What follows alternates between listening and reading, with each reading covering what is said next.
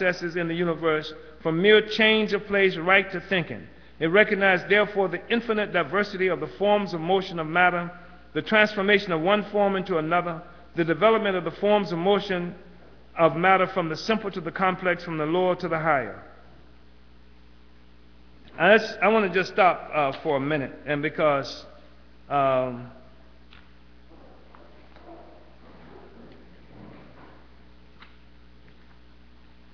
first, let's see, it's about 5 after 3. Is that what? It's about 5 after 3. Let's see how we have to move more quickly.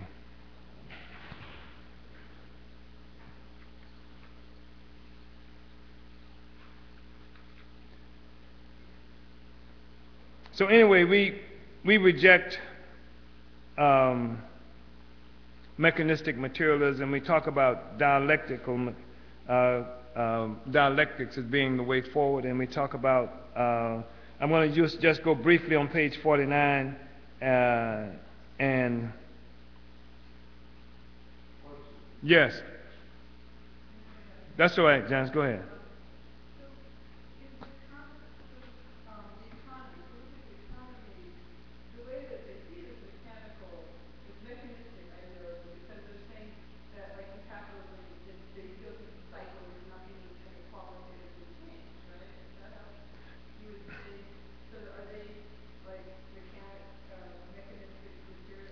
That is a form of mechanistic materialism, and they run into their limitations too, and they got a real problem now.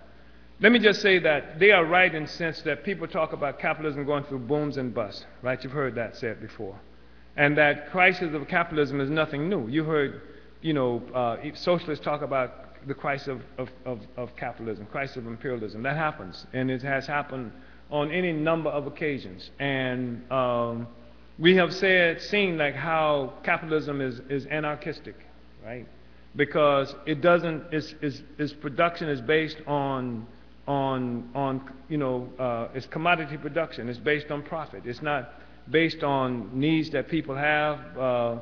So you have the capitalists, they go and make, they own auto companies, they make as many automobiles as they can sell, or they think they can sell. The same thing with housing and every other aspect. So that pretty soon, what often happens, almost universally, is that there's overproduction. That is, they produce more than what people can. Everybody who has one, everybody who needs one has one, or everybody who can afford it has it. And when that happens, then they run into a real severe problem. So if everybody has an automobile who can afford an automobile, then what does the company do? What happens to the workers? And if the workers get laid off at the auto industry, then what does that mean about who's going to buy houses or buy refrigerators or whatever? And if they can't buy houses and refrigerators, then what happened to the worker who was building houses or making refrigerators and the companies that did that? So this kind of stuff is, they talk about the crisis of capitalism, and they talk about it being due to overproduction. This stuff happens all the time in capitalism. But today, it's run into a different contradiction. And so that's one of the reasons they talk about the booms and busts and things going in a cycle. There's a different thing that's happened today. And the thing that's happened today is the fact that the whole capitalist system that rests upon resources extracted, like from other peoples around the world, is being challenged now. The crisis today that may have something to do with overproduction is it's almost impossible for them to deal with, and America will never be America again, as they've talked about it, and most of Europe will never occupy the same place in the world anymore because of the rising struggles. Some of them are revolutionary struggles of a sort that you see happening in the world. Some of them look like Venezuela, Ecuador. Some of them look like Iraq and other places, but more, and some of them even look like China, that's contesting, what is typically being European or white capital, or etc. Some of them look like India and all these other entities that are now challenging. So it's not just a boom bust kind of thing that's got this thing in a real crisis. It's the ultimate contradiction, which is been characterized as Marx, as the fact that the whole thing rests upon a pedestal of the slave and the colonized peoples around the world, and the pedestal is moving out from under it in one way or another. And so that is the thing that is challenging imperialism. But just because, perhaps we'll say something about this in this discussion of dialectics too, because a thing, just because we see imperialism as we know it being challenged, doesn't necessarily mean it's the death of imperialism yet. Because the Chinese are hungry capitalists. The India, other forces who are challenging the current status quo. Because this is a white imperialism that built itself as a white imperialism at the expense of the rest of the world. So you got Iran, which is progressive in this current trajectory, but ultimately it's not going to be, at some juncture, it will turn into its opposite.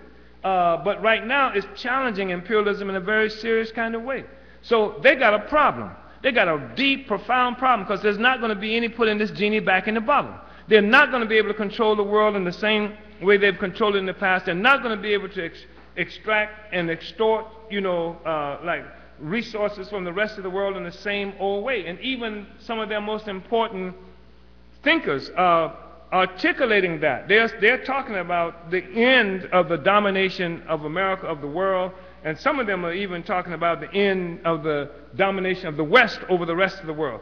A problem that we have is that many revolutionaries, African revolutionaries, do not understand the nature of this contradiction that's happening in the world, and because they see the world economy in a state of crisis, and because theirs exists as a part of the world economy also, they see this crisis as their crisis, sometimes in places, that will benefit ultimately from a result of overturning this whole social system. I don't know if you're with me on that. So you can be sitting up someplace because it's going through a severe contradiction, It's like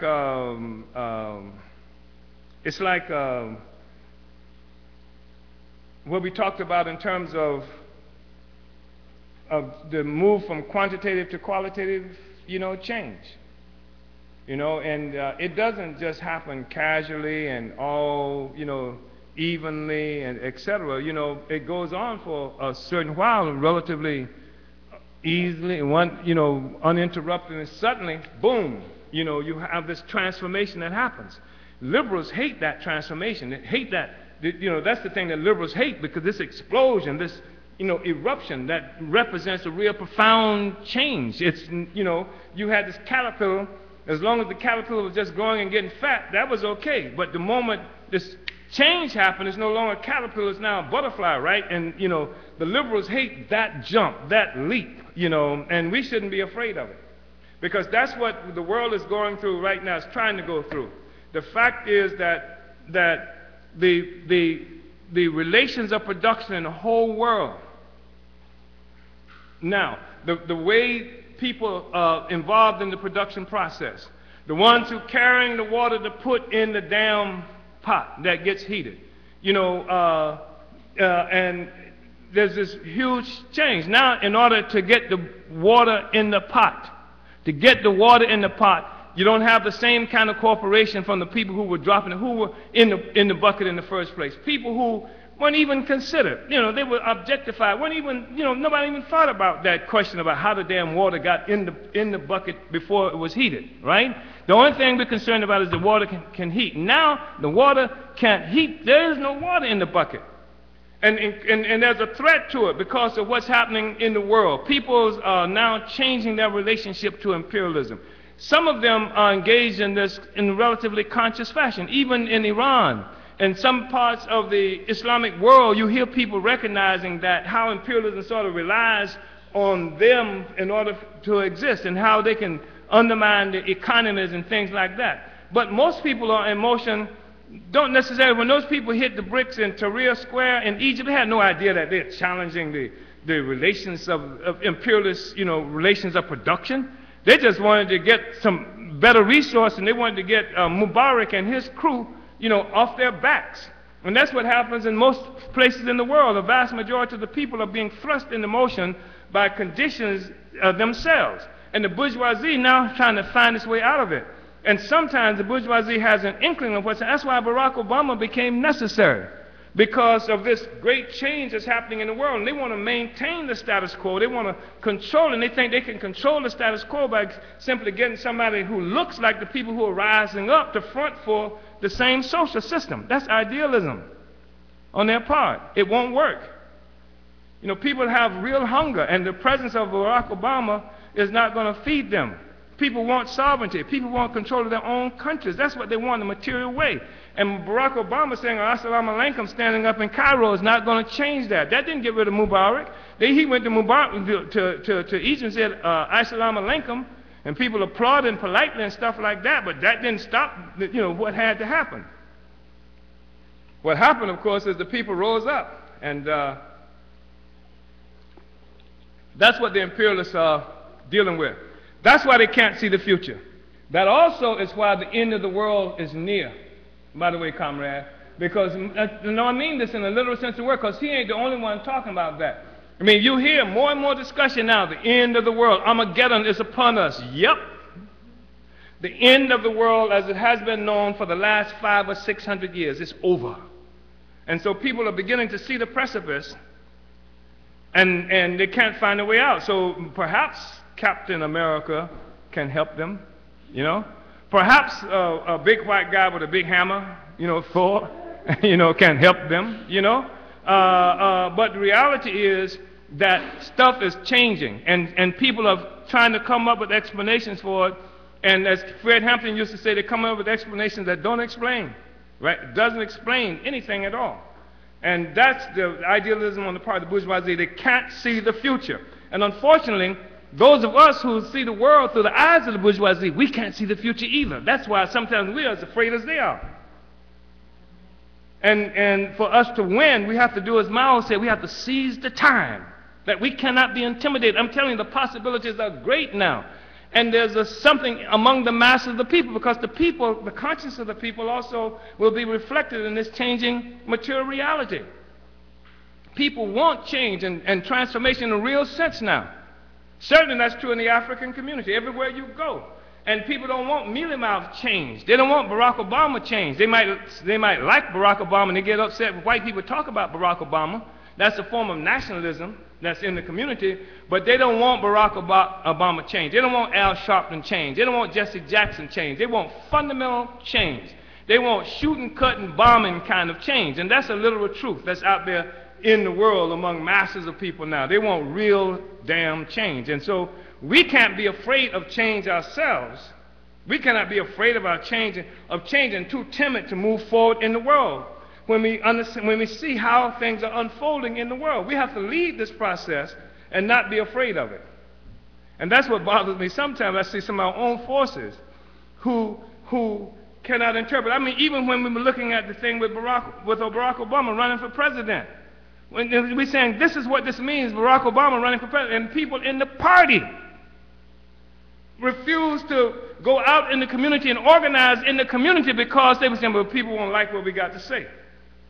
I mean, that happened in certain places. They ain't in the party now. But you can't be afraid of the future. You can't be afraid of this. This is something the bourgeoisie has to be afraid of. We need to understand and take advantage of it. That's what applying, dialectical materialism means to social life. That's what it means. That's what historical materialism is all about.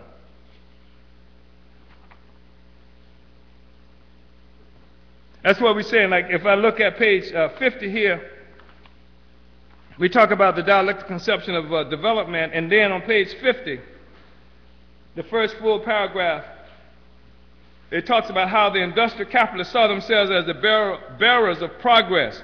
And as they thought progress was the law of capitalism, so they saw it as the law of the whole universe. So there was made possible a great advance to the scientific picture of the universe. We find developing a picture of the universe not as static as always the same, but as in continual progressive development. The stars did not always exist.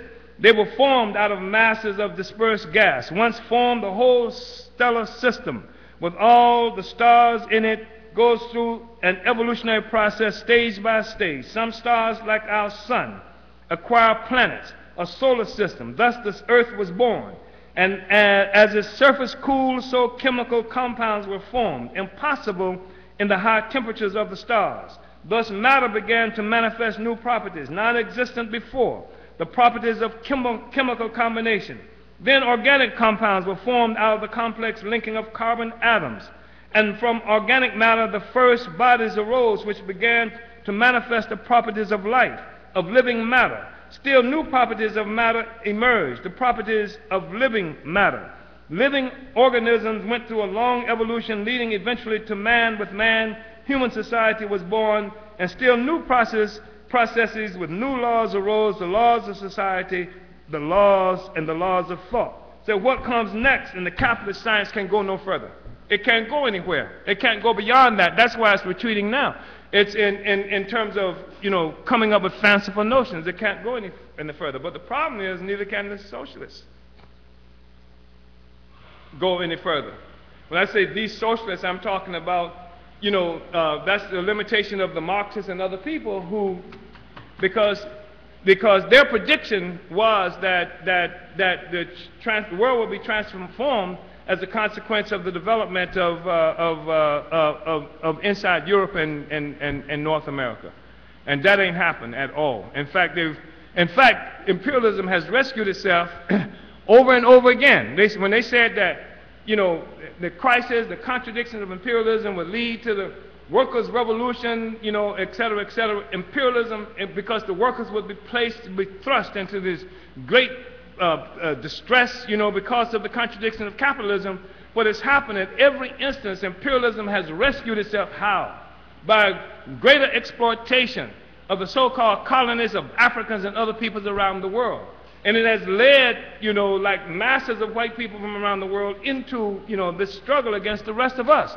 But now, with this change happening in the rest of the world, then imperialism is a serious limitation of where it can go.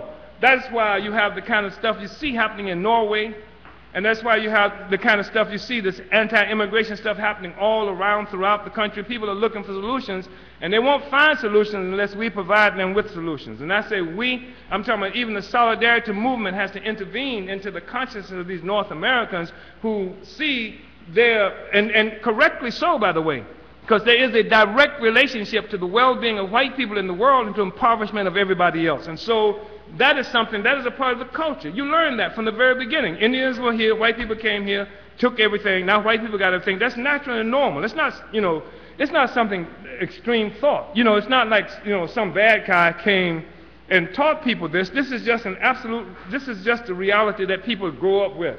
Just sort of understand it. Black people were brought here slaves, and worked. In fact, people treat the enslavement of African people as a sort of natural form of development for black people, that somehow you start off as a slave and then at some juncture you become something else. It's a part of the consciousness of everybody here. It's a part of the culture. But it's in serious struggle.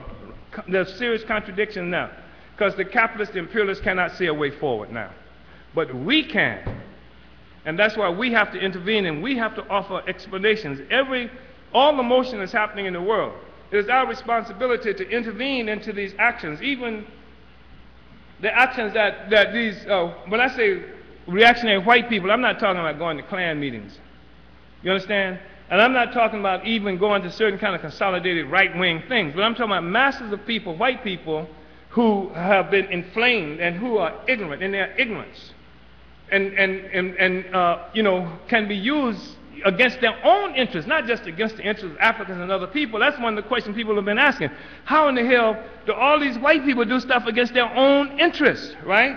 Because they are misinformed about the reality of the social reality. They are misinformed about what is it that gives rise to this kind of social system and what it's going to take for us to be victorious. And of course, white nationalism, European nationalism, which is something that was forged, a consciousness that was forged in opposition to the rest of us, etc., is something that informs them as well. And so we have to, that's something that we have to, develop a scientific approach, like to intervene, like in these struggles, in these issues, in these causes, and offer explanations. Like sometimes white people ain't ready to hear nothing. Right? Like when things are normal and cool, white people can be charitable. They can help little, Africans with flies in their eyes and send their buy a child for 50 cents a week, however hell much that costs. That's all right. White people can be cool and do that. But don't hear too much. And then you have like a 9/11 or some kind of critical event that makes it necessary for at least to pay attention that, hey, this insular world that you thought you lived in doesn't exist. And it's, in this country, you grew up thinking that you're separated by this whole ocean, that nothing would ever come here, there's no wars ever fought here, etc. That's the kind of stuff that happens. Now 9/11 happens, and so you say, wow, maybe they can hear. And then the first response of white people was, I don't want to hear nothing, I just want to kill everybody. Remember that? I don't care what, don't tell me why they did it, there's no, just kill everybody. And then killing everybody didn't work. It hasn't worked. And not only has it not worked, but what is increasingly becoming clear is that economic cost to what's happening in the world is something that's, bringing a certain, weight to the discussion. And so I'm saying that we have to intervene in this discussion because right now, only white nationalists, reactionaries, are explaining this phenomenon. And that is the responsibility of revolutionaries. We take science into these mass issues, and it doesn't mean that people are going to like you. They're going to say, oh, wow, now that you told me that, I'll get on the right side. No, they might kick your ass. They might do all kinds of things in the beginning, but we have to do it. Just like they kicked our asses when we just tried to register to vote and do all these other kinds of things. We're going to have to go through those struggles to get, to those forces, because that they won't get any other explanations. They're going to either become reactionary forces at war with the rest of us, including in this country, and I can't tell you how tentative the stability is in this country in terms of white people, vigilantes and stuff like that attacking Africans. So the reality is that we have to intervene in this discussion, intervene in this question, take science to the question, and then help to win them to the fight for black power in their own interest.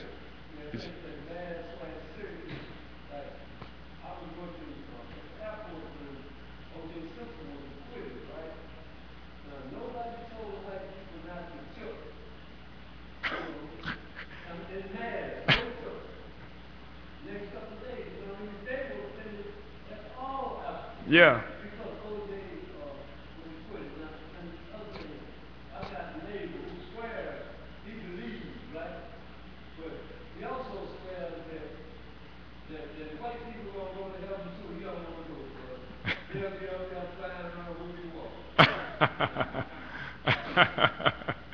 Yeah. Yeah, with wings. Your wings won't work. Yeah. So I mean that's and even here when you saw it, when the cops got killed, when Nicholas and those other guys killed those cops, the whole white community went crazy. Talk to people about what happened on their jobs. Talk to people about how they were treated by white people on their jobs. I'm talking about the bosses and everybody else, the attitudes that they had toward Africans, period. So the thing is that if we don't intervene, and we have to intervene. We have to intervene. I don't mean, like, I know like doing the anti-racist work, you're supposed to, if you hear somebody say nigger, you're supposed to say, you're not supposed to say that. I'm not talking about that kind of stuff, right? I'm talking about we have to intervene. These are crucial questions that are out there in the world that people are grappling with, etc. And we are the scientists, we are the leaders who have to intervene in these discussions and struggles. Jesse.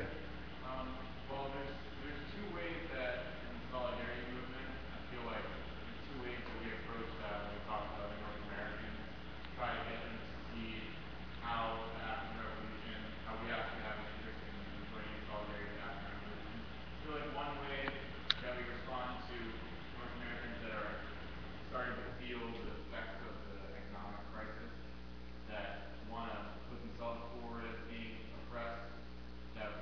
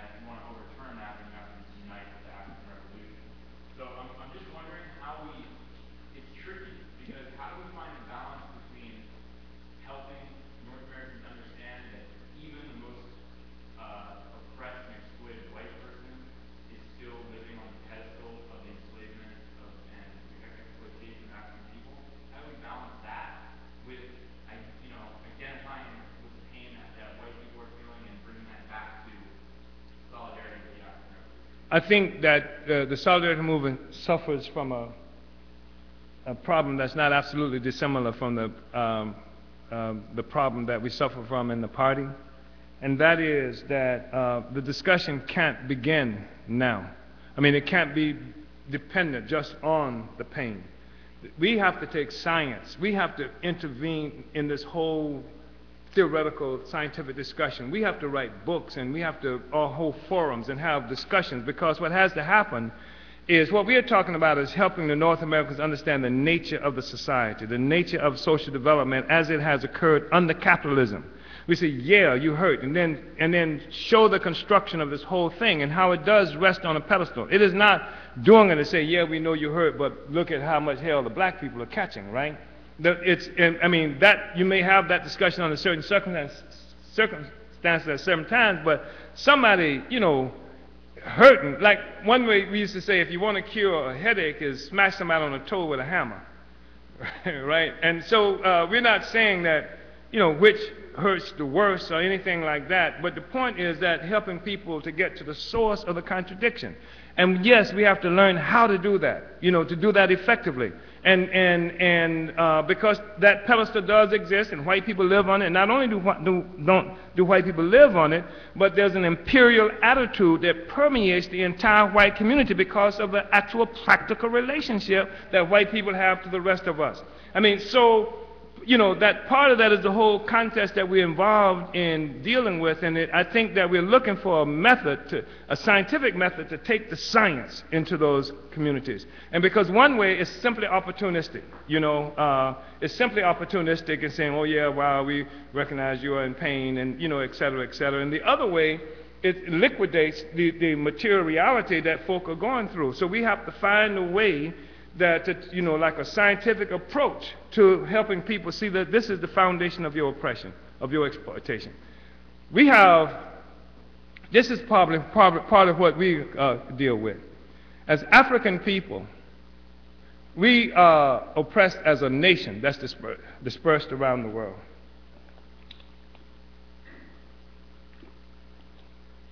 Everybody in the nation, with very little exception, everybody experiences national oppression. That's what it is to be colonized. You're part of and when we say national oppression, it doesn't function the same way for everybody, because some of the national oppression for a primitive petty bourgeoisie that would be the ruling class, right, it suffers national oppression because because the dominant imperial bourgeoisie keeps it from flourishing and flowering, becoming the big bourgeoisie. It has all kinds of blocks in front of it, so it can't be what it wants to be. I mean, we run into these discussions every day in our communities about somebody, some business person can be this and can be that, and it can't be that because white power keeps them from being that. So you got that as represented by, as part of the national oppression of the whole nation. But the nation, like all nations, is one wherein, you know, different classes, you know, like coexist. There's a working class, and there's the, you know, primitive petty bourgeoisie that strives to be the new ruling class. And in all of its aspirations, that as a social force, it does not strive to be with the workers. It strives to be the new ruling class. That's what it strives for as a social force. Of course, there are elements within the petty bourgeoisie, right, that you know, does what we call commits class suicide and unites with the aspirations of the broad masses of the people, because the fact is that the future belongs to the workers in terms of all the African population. Because the consolidation of the African nation will be consolidated as a proletarian nation under the leadership of revolutionary forces, right? But the point I'm making is, even now, when we talk, we have run into problems in some of our meetings because we've had people come to meetings who are friends of ours, African petty bourgeoisie, who are put off by this discussion we have about the working class. The working class is going to be this and that because they're catching hell in their own way as well. But that doesn't remove us. We still have the responsibility of taking the science to this sector of the population, because that's why we have a revolutionary national democratic program.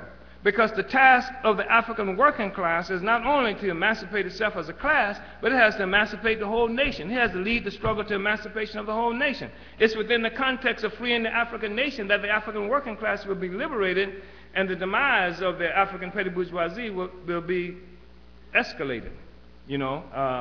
But anyway, what I was getting to is the fact that that is a contradiction that you have to deal with.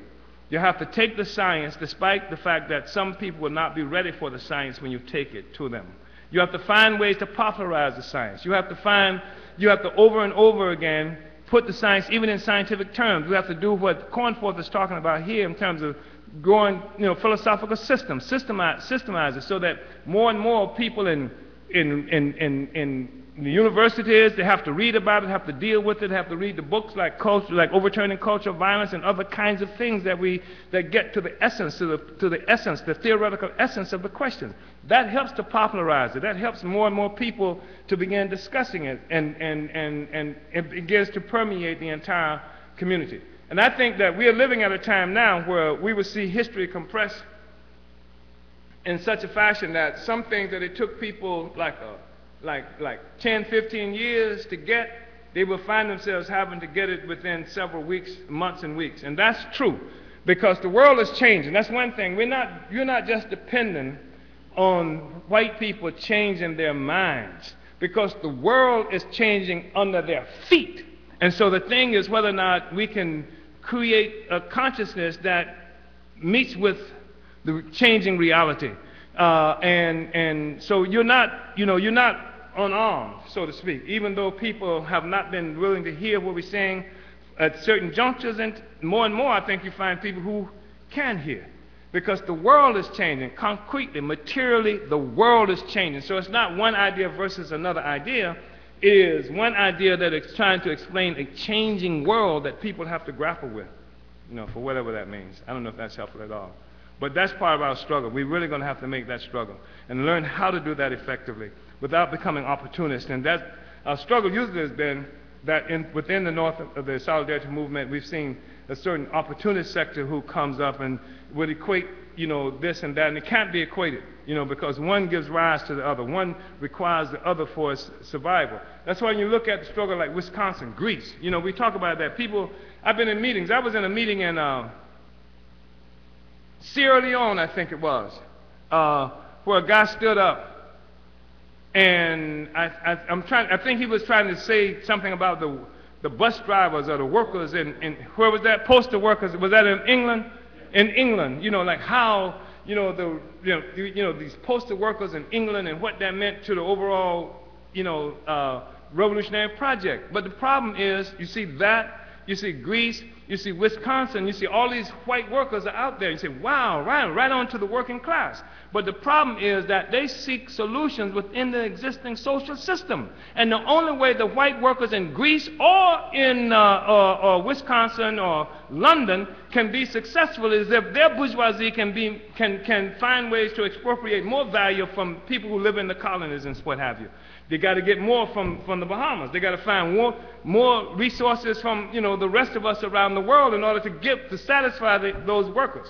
Even the socialists, you know, don't have. It's not like the socialists recognize the foundation upon which the whole political economy rests. It's not like they say, wow, you know, the world economy rests upon being able to expropriate value from all these other people. Therefore, we need to find a way to function in solidarity, you know, and under the leadership of this revolutionary project. The same socialists, the same Marxists who told the world that you had to work under the leadership of the working class, of the industrial working class, find it themselves incapable of saying that this is how the real setup, and they didn't just say you got to work under the leadership of the industrial working class because they had some sentimental affection. I mean, these were people who essentially were not workers themselves. These were, you know, thinking representatives of the class, if you will, but they were petty bourgeois forces. Lenin, Marx, Engels, these were not workers, you know, but they were able to study certain laws of development and be able to come to the conclusion that the workers, you know, would come to power. And that's what they took out to the world. But now when we say, hey, the flaw in your understanding is not recognizing that even the activities of the working class in capitalist countries require as a base, a pedestal, the oppression, the enslavement of oppressed peoples around the world. Therefore, Marx was able to say that. Therefore, the conclusion that you've come to was wrong. You've got to be able to say that in order for us to win, in order for us to bring socialism into being, we have to unite under the leadership of the African working class, under the working class of the colonial peoples around the world, which is what Ho Chi Minh tried to tell them at one point in the third. Ho Chi Minh, when one of the meetings of the Third International was saying, look, when you deal with, when you look at Europe, you're only dealing with the tail of imperialism. Its head, he said, is in the colonial countries. If you want to get it where its head is, and that's the colonial countries. And that's the reality. Yeah. Anybody else? Any more discussion?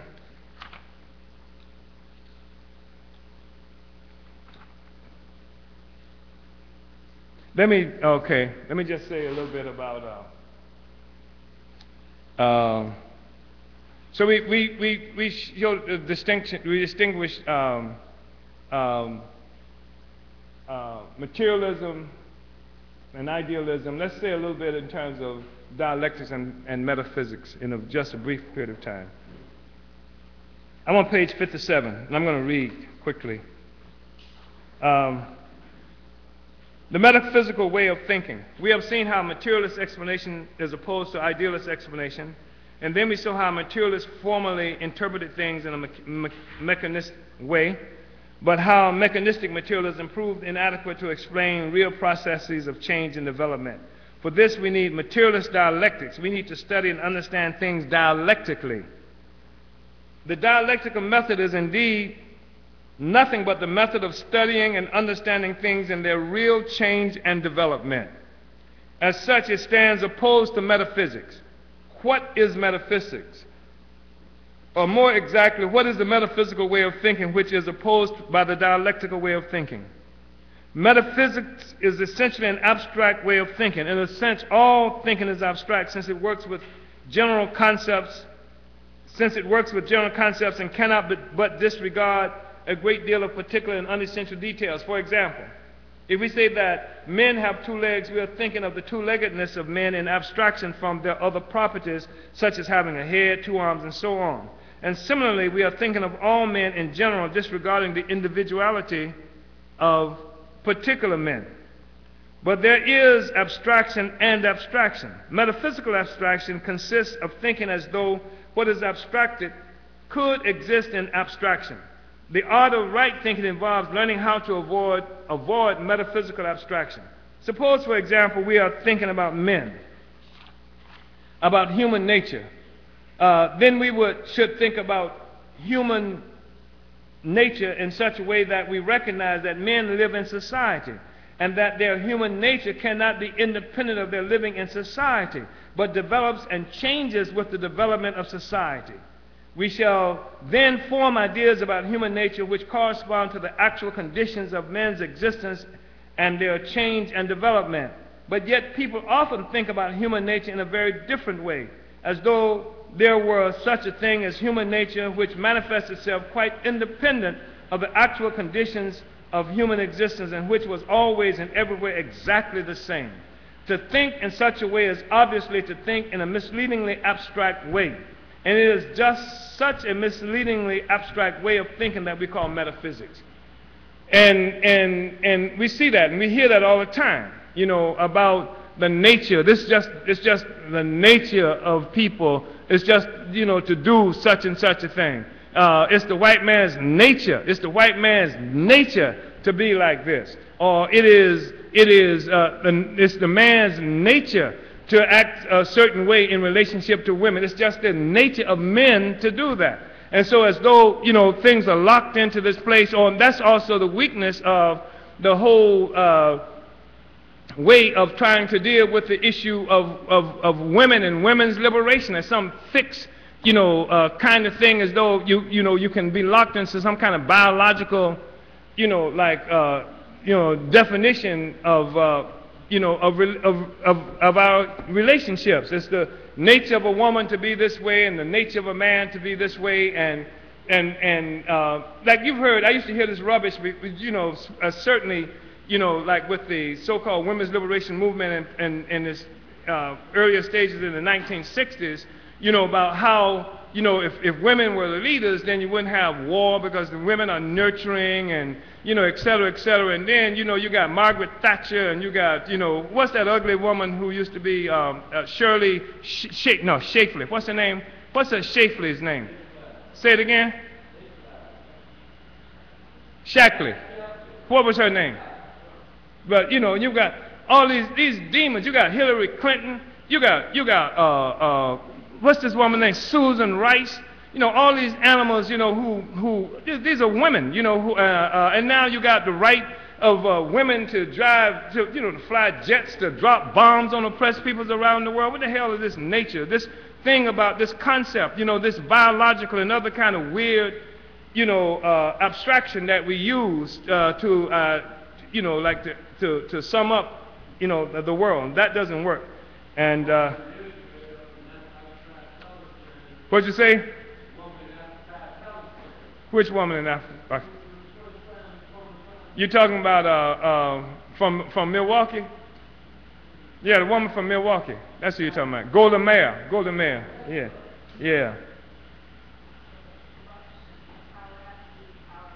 Yeah. That notion, you've heard that, power corrupts and absolute power corrupts absolutely. And you know who came up with that, right? The powerful, who wanted to keep you from even, wanting to have power. So, the concept of fixed, unchanging human nature is an example of metaphysical abstraction of the metaphysical way of thinking. The metaphysician does not think in terms of real men, but of man in the abstract. And I understand I'm using this term man and man, quote, I would put it in quotes. Metaphysics, or the metaphysical way of thinking, is then that way of thinking which thinks of things, one, in abstraction from their conditions of existence, and two, in abstraction from their change and development. It thinks of things, one, in separation, one from another, ignoring their interconnections, and two, as fixed and frozen, ignoring their change and development. Ignoring their change and development. And we went through the study we used the resource of Stalin on the question of the nation. And if you can remember anything about that, you can see that Stalin's piece was almost essentially a metaphysical discussion about what is the nation, that the nation, in order for there to be a nation, there have to be these 5 things. If one of them was gone, you don't have a nation. And it was a description of the nation based on requirements essentially that was happening in Europe. Anybody remember that discussion we had? And Stalin's definition. And it's absolutely, crazy because it defies, what we understand in terms of a dialectical approach, a historical materialist approach to things. I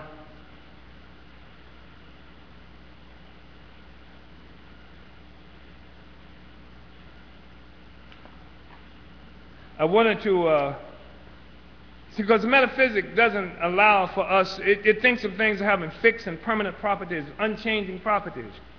It does not allow for recognition that a thing can be itself and something else at the same time, right? It doesn't recognize, self and something else at the same time. A thing, a thing is in a permanent state. All things in a permanent state of dying out, and even at birth, you begin the process of dying. You know what I mean? And this is just the way things are. And if the only thing you can measure, and this is what we like to measure. That's why we got snapshots of the little baby when it was lovely and nice and harmless and just looked up to you and depended on you absolutely and stuff. And of course, by the time of 13, you got a problem on your hand. So that's why we don't have photos at 13, because they'd use it as evidence against us in court. But so And this is really important when we're talking about a dialectical approach to things, because otherwise you would see like imperialism right now. This is the point that I was making about how we cannot be sucked into seeing this imperialism as being all-powerful. You know, it's doing crazy things around the world, but if we understand the nature of the system, if we understand something about the laws of development that gave rise to imperialism itself, then we see that, yes, it's powerful right now. It's a powerful thing, but it's in the process of dying. It is in a state of decay. It is in a state of decay. And what is happening is that you see, even though some forces we see in the world are small and quite underdevelopment, these are the forces that are rising in history even as this thing is dying out. That's how we even have to understand our role as the party, as the Revolutionary Party. Because we seem like we're up against this formidable enemy, but it's rotten to the core. It's having all kinds of contradictions. And so while it's right now big and powerful, it is in a state of decay, even as we are in a state of birth, of growing up to become powerful. That's how we understand. If you don't understand that, you will never fight. You will never struggle, because it looks like you're always up against something that's impossible to deal with.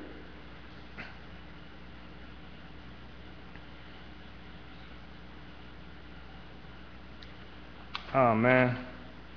I don't have any time left.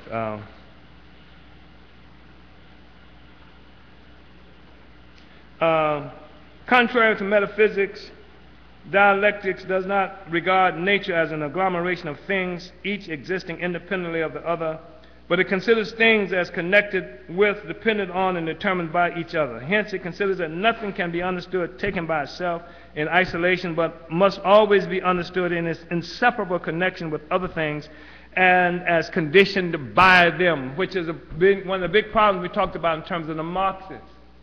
The definitions are so narrow, the worldview, the scheme is so narrow, so limited, that it does not recognize the relationship that it has to the rest of the world.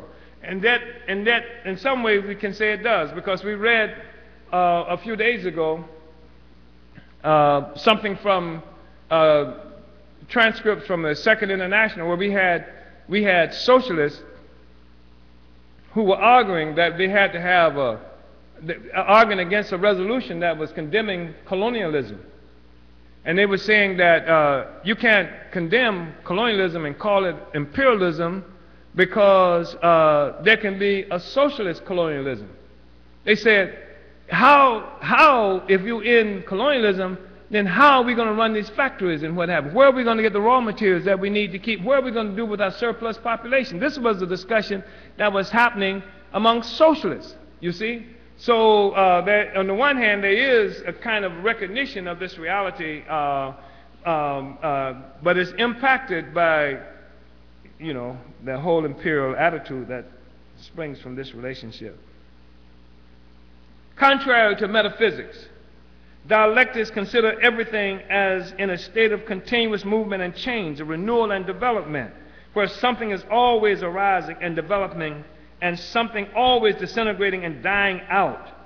Hence, it considers things not from the standpoint of it considers things not only from the standpoint of their interconnected connection and interdependence, but also from the standpoint of their movement, their change, their development, their coming into being and going out of being. They're coming into being and going out of being. Jamo, you were going to say something? Yeah. Good. Go ahead. Mm-hmm.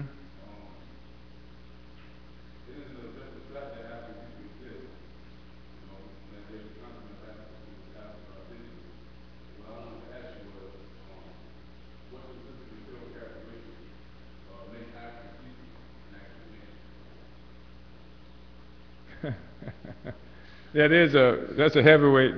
That would take a while. But let's talk a little bit about that. First of all, when we talk about the nation and the national question, since the emergence of capitalism, anyway, we're talking about a process that began with capitalism, and and how European nations were born at the expense of the unity of African and other peoples around the world.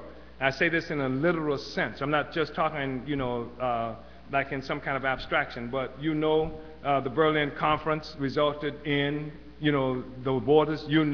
That we are here now as a consequence of Europeans dispersing us all around the world. This process of dispersing us is what consolidated what the European nation was. It created a sense of sameness and bound them together in the same parasitic political economy that became a world economy. That's what locks us into place around the world. That's our conditions of existence here in America, in the Bahamas, in Haiti, and all these other places are tied to our conditions of existence on the continent of Africa. That's where it stems from. That Africa is starving and poor and oppressed. We are starving, poor, and oppressed everywhere we are. It comes from the same process, the same economic, forces, work that, etc. And also the same sense of sameness, psychological makeup, and what have you, that you will find in Africans everywhere, all around the world. So that when Africans from Bahamas who may think of themselves as Bahamians, but when they come to this country, they don't move in the white community if they got a choice, unless they really, bourgeoisie, or something like that. And the same thing is true. If you want to find most of the Africans who come from the islands in New York, you can head to, Fulton Street, in Brooklyn and what have you. We find each other. That's where we end up. And when Africans catch hell in Haiti, all the Africans in the world respond to that. White people do charity, but Africans in a deep and profound way have a relationship to that.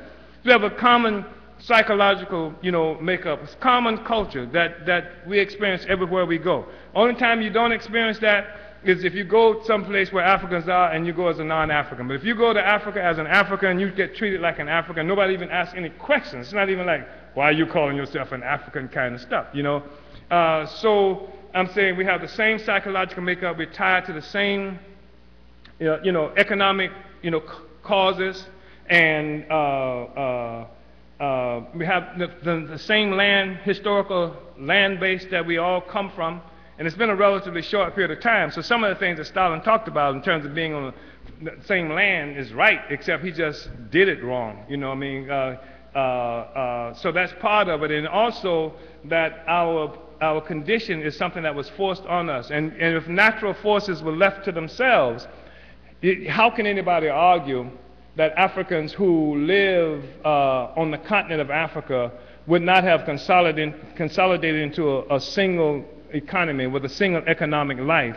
If we would have an economic life that's tied to France or Portugal, as we do, then obviously it makes sense that people on the same land mass would have an economic life, that is connected to each other. So it's imperialism that works against the consolidation of the African nation. And that's why and the other thing is this, that's important to this discussion, is that the European nation, and I didn't say Germany or France, I said the European nation was consolidated as a bourgeois nation. It was capitalism. And the African nation will be consolidated as a proletarian nation because it's going to take the revolution to unite and consolidate the African nation. Yes, comrade.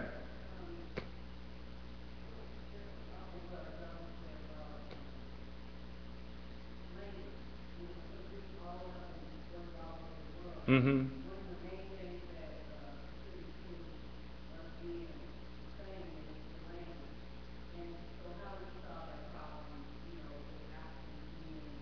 But that's a small problem, because even if, like people, many people may not recognize it, but the fact that people in France speak French is recent. Only the people who spoke French in what is now called France was the bourgeoisie. Everybody speaks French now because the bourgeoisie took, control and was able to make that happen. The other thing that's really important about language is that language is a function of production and trade. And if you consolidate Africa, when we take Africa and remove all these artificial borders that separate us one from the other, and then create like a common economic program and life among African people, you will see a consolidated single language emerge, even one that takes from the various languages that we speak in the different places where we exist. That's one. And what's that thing that's called? Remember when they used to not know what the pyramids, and they found this stone. What's it called? Say it again. The Rosetta Stone. I mean, language is such a simple thing that you can go buy something right now from the store. You can learn a different language while you sleep. So the point is that this is not a fundamental barrier to who we are, the different languages. And we speak languages, most of us, that were imposed on us, and if they were not imposed directly on us, our continent has been divided up into these little entities that do not allow for the collective economic life so that we would have a common language. For example, only right now, about 10% of all the so-called trade on the continent of Africa happens among African people. Only about 10% of all the trade. So I was in Namibia, and sitting up in Namibia, I watched television in the morning, and there's a Chinese teaching people how to speak Chinese. You know why? Because China is becoming an economic force there, and that's where the trade is happening. People speak French in places where the trade is happening. So what we have to do is consolidate our state power, to take state power, destroy those borders, and then that creates the ability for the language to become collectivized. Yes, come in.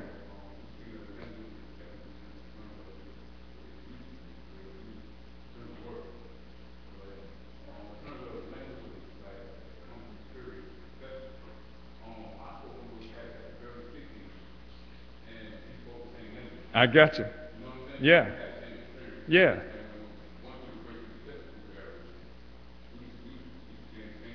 Exactly. And that's the thing about the African experience, though.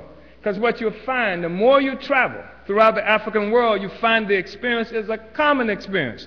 When I stand up in Brixton and make a speech, or in Paris and make a speech, and I talk about, the problems that we have with the police and the education, it really blows my mind. In every instance, South Africa, any instance, the same experience, the same contradictions that we're confronted with.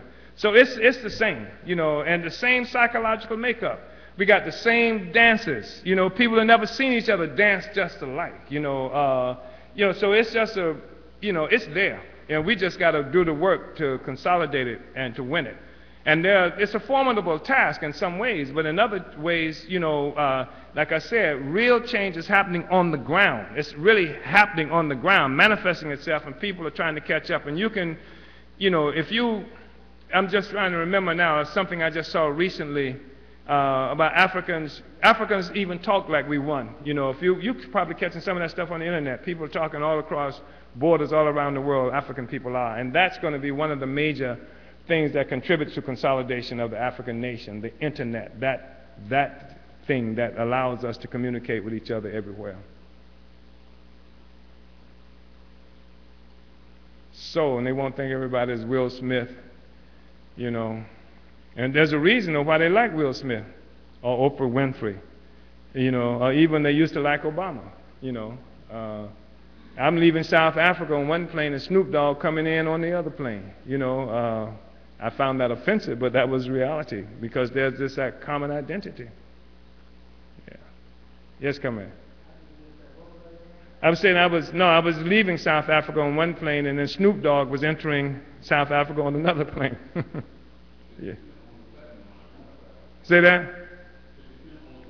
Yeah. Them Negroes. Not only him, but there's some other ones who are, like predators too. Yeah. So, comrades, I've been told that it's time to eat. And what I do hope is that people will take some real time to go through this. I mean, and hopefully that we got a kind of foundation that will help us be able to read this and understand it. Can I just get a sum up and see what people thought of the discussion, as limited as it was? I know it was a brief discussion, and it wasn't the best organized discussion, but can I get a sense of how people understood it? Ajamu, yeah.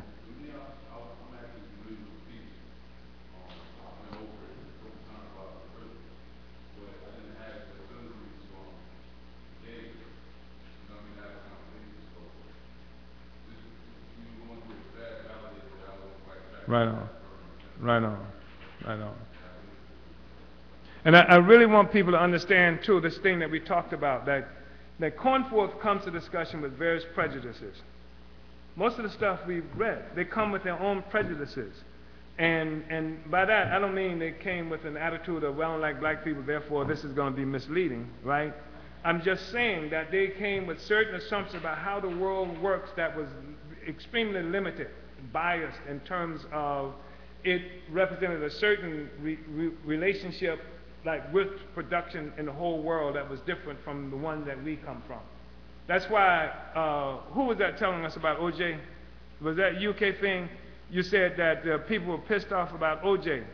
Well, it's interesting because from Norway, when I was involved in a demonstration in Oakland, California, that was being done by the Solidarity Movement, March Against Genocide, a woman from Norway, was it Norway? Yeah, Norway, where I think there are about 300,000 Africans.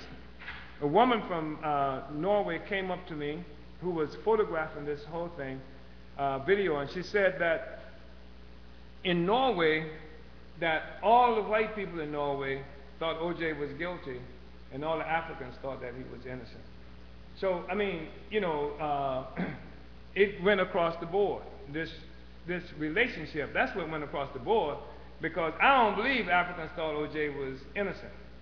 I believe Africans thought it don't matter whether he's innocent or not. You understand that somebody can beat these mothers, they should beat them. You understand? I'm convinced that OJ killed everybody they said he killed, and he would have killed a dog if he knew the dog could talk. You understand? If he knew the dog was snitch, he would have croaked the dog too. But OJ was on the wrong side, and in fact, OJ is in jail now for that crime.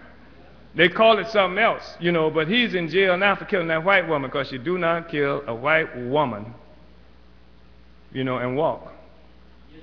Yes, Cameron. One of the things that I think Cornforth basically shows sort of the way that this piece is written, because it's not supposed to be representative of the working class. Now, you write all the time, Mm-hmm. and you explain the shit way easier than what Cornforth does in this. It's simple. It does not have to be. It's simple. Yeah. Because the processes, you know, and that's the real, you know.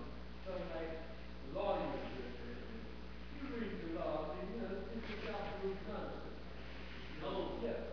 Yeah, lawyers can't break that code. It is a code, and there's a certain intellectuals, you know, especially like France, and France sort of set a certain standard for, you know, bourgeois, you know, intellectuals, and they write in a certain way that only they can understand. Even French, even Africans who studied, you know, like in French colonies, who were intellectuals, spoke this language that only they, you know, really could grapple with. You going to say something?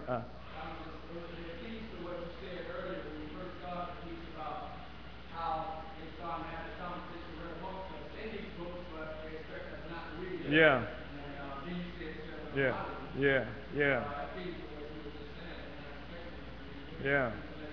Yeah. John. I was going to say pretty much what he said is that's in particular with the fact that we need more co-sharing culture. Yeah. Yeah. And translate this science into a way that the working class can grasp from it. Because I'm a broken down for that. Mm-hmm. Wow, that is crazy. Yeah. Our people already understand physical science. They already understand economics. Understand dialectics. Yeah. But we ain't living from the way in which we got up. Yeah. And actualize it. So that's just struggling with me, but managing this shit ourselves. That's the objective, is to create, you know, revolutionary working class intellectuals. We create our own intellectuals. We got to read the stuff and understand it. You know, we study it, understand it. We have these discussions with each other. Understand it, and when it becomes yours, then when it really becomes yours, then you can say it. You can use terms and stuff that, you know, the common ordinary people use to help them explain this phenomenon. That's our responsibility. Yes, ma'am. One of the things I was thinking, kind of two things. One thing is, we do get some people that seem to understand certain things that we need to be focusing on, but then when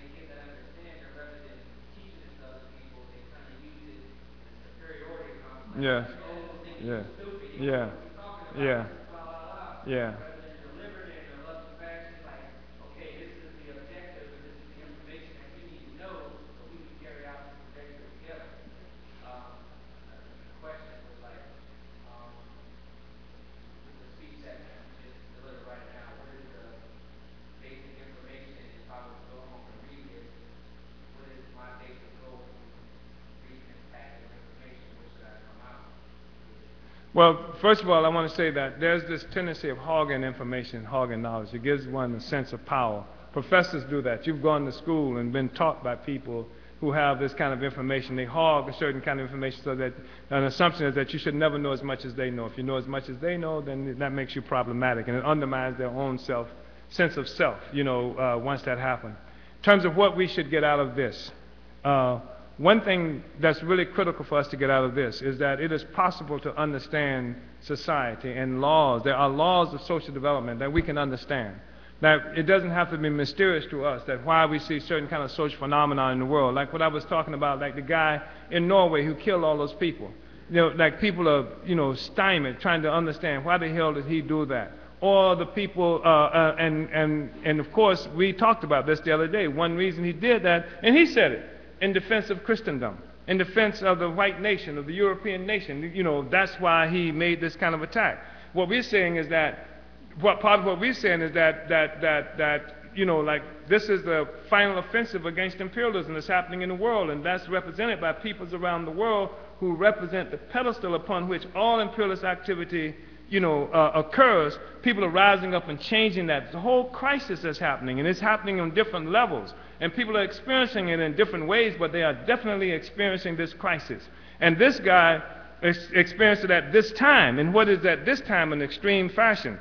But if you look throughout Scandinavia, most of Europe, you see different representations of the same kind of expression. So we should understand there are laws of social development, that society and how it moves shouldn't be a mystery to us. That we don't have to wait, for some external force, Jesus or anybody else, to solve the problems that we are confronted with.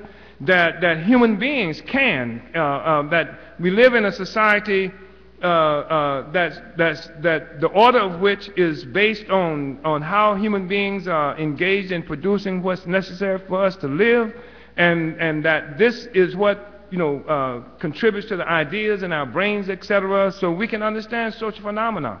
And so understanding, we can change it. That's the critical thing. We can change it. So understanding, we can change it. So that's what I'm hoping comes out of this, that we take the mystery out of society itself. There's nothing mysterious about it. Come here, Uhuru.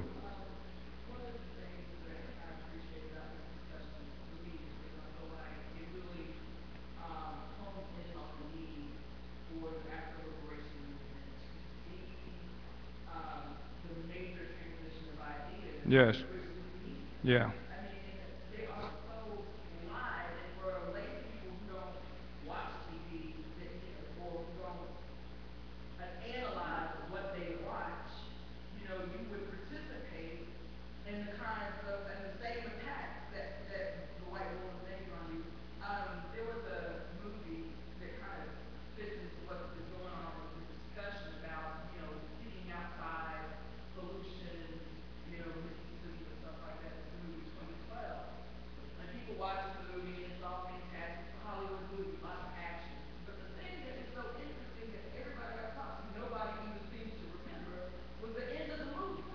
The savior for the white world was the fact that Africa was the only continent on earth unaffected by all the catastrophes, and these big old ships where only white wealthy people could afford to buy tickets to get on, and the two Negroes that they let on the boat go to Africa to recolonize Africa. That was one of his name was Barack. Let me leave you with this. I think it has a relationship, or maybe I'm just clowning. I think it relates to some things we've talked about. There's a song. I first heard this song done by Harry Belafonte, which means it's probably something from one of the islands.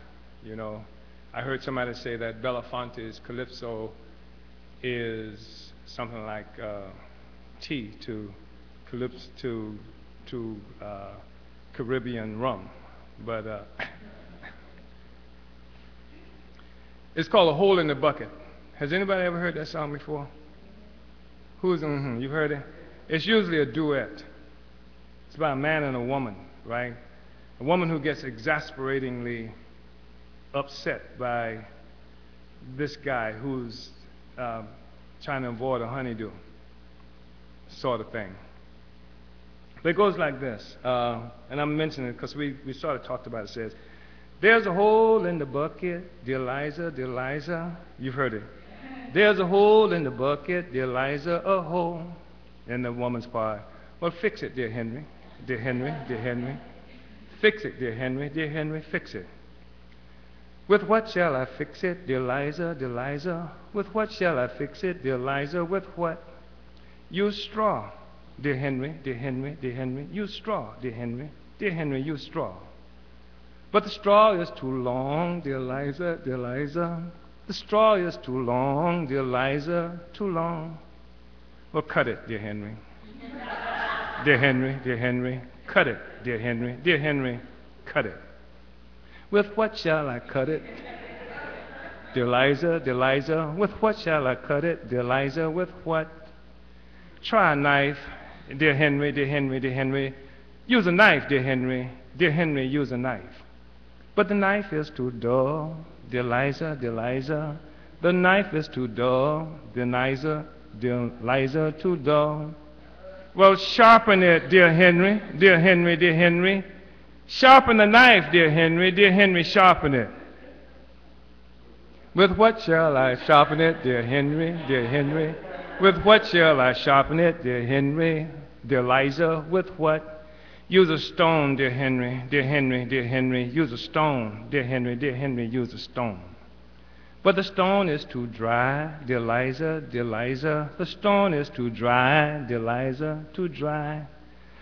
Well, wet it, dear Henry, dear Henry, dear Henry. Wet it, dear Henry, wet the stone.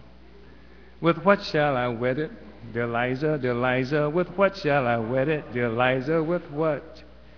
Use water, dear Henry, dear Henry, dear Henry. Use water, dear Henry, dear Henry. Try water. With what shall I fetch it, dear Liza, dear Liza? With what shall I fetch it, dear Liza? With what? Try a bucket, dear Henry, dear Henry, dear Henry. Try a bucket, dear Henry, dear Henry. Try a bucket. There's a hole in the bucket, dear Liza, dear Liza. There's a hole in the bucket, dear Liza, a hole. Uhuru, you got to get the water in the bucket to make it work.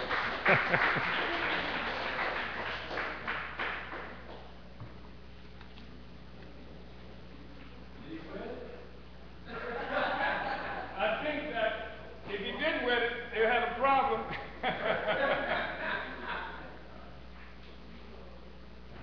There's no water going to go there.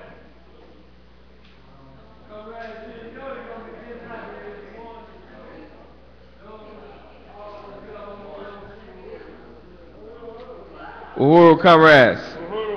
Uhuru. When I say freedom, you say summer. Freedom. Freedom. All right. So what we're going to do now is we're going to go into dinner. I was about to say lunch, but if you're looking for lunch, you're a little late. So we're going to go into dinner, and then later on today at 6:30, following dinner, is going to be an event happening at USF St. Petersburg. This is an event held by the Solidarity Movement, and it's going to be really important event. The chairman is going to be speaking there, as well as other comrades representing the Freedom Summer Project. It is called Freedom Riders from 1961 to Do for Self 2011. So we want people to participate in that. That's at USF St. Petersburg, Davis Hall, Davis 130, room 130. And so we'll be transporting folk from here to that. So let's look forward to that. But up until then, go get you some grub. Oh, that's happening today, this evening. Yeah, 6:30. Yeah. All right. So Uhuru.